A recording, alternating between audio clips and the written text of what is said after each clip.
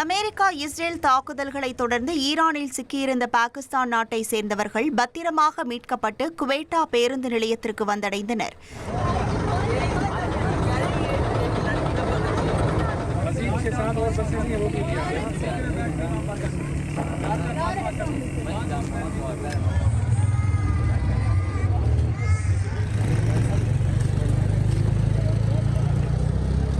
மேலும் அங்கு நிலவிய சூழல் குறித்து பாகிஸ்தானிய மாணவர்கள் தெரிவிக்கையில், ஈரானில் உள்ள இஸ்ஃபஹான் நகரத்தில் நிலைமை பெரும்பாலும் அமைதியாக இருந்ததாக தெரிவித்தனர்.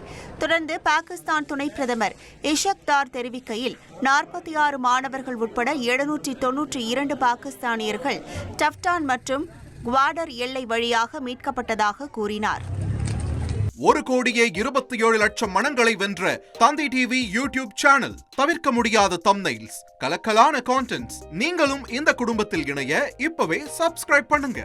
அசுரபலம் கொண்ட எங்கள் டிஜிட்டல் கரங்களில் உங்கள் விளம்பரங்களை சேர்க்க வாட்ஸ்அப் பண்ணுங்க.